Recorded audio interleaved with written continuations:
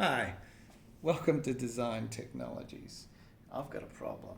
I've got no water on my roof. I need to feed my garden some solution, hopefully nutrient based, hopefully biodegradable.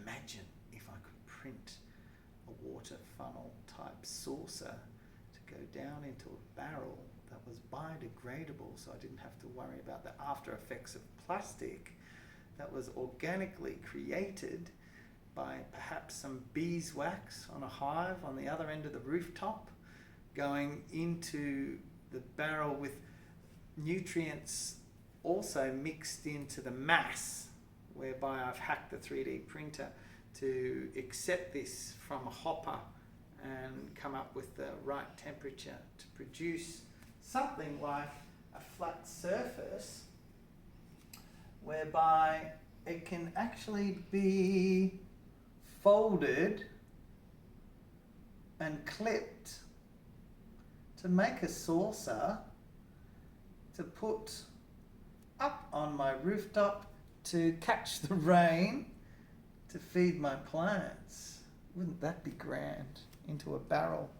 Now, I printed this yesterday and I took some origami ideas, and actually it's only 20% printed, but it still works pretty well with the hole in the middle. And it comes down. This is a hard filament that I used earlier today. As I mentioned before, it would be good to hack the program and actually come up with something more interesting to... X, That's Y, Ajung at school. and Z. Z. Okay, thanks Ajung, nice one. That's what we had a look at earlier when we were coming up with the printing idea for my lotus leaf. Now, I think that the Year 9 group can use the BP Ultimate STEM Challenge as a sounding board for the unit plan. I think it's quite a good model for them to use. So they have different ideas of convergent, divergent thinking. We've got different types of curriculum graphs here. And tables from Scootle. There's my little guy that we did on the printer earlier today. And Akara, of course, which different descriptors. Excuse me, that's just a bit of Omicron. So yeah, biodegradable plastic, organic design, curved aesthetic, fluid lines. It would be wonderful to incorporate either here or in a park in the broader community like they do in Singapore and Ho Chi Minh.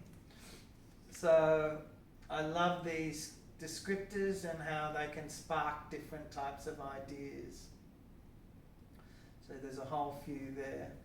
Now I think the design's very effective. I think the model works quite well. It will be lovely to experiment and adapt different types of materials, whether it be the flatter cone surface that's clipped into place, and as I said before, the biodegradable material, which means you're always constantly coming up with new designs, and it's an ongoing process, and it's always a work in process, a work in motion. Right.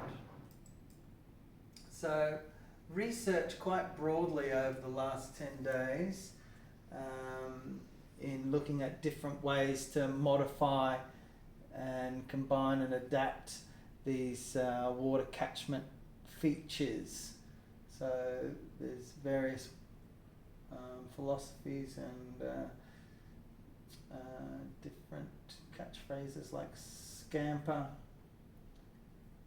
and morphological analysis, where we have different ideas laid out, and obviously convergent divergent thinking of many different ways to come up with a solution for our water catchment problem. Thank you very much. Bye-bye.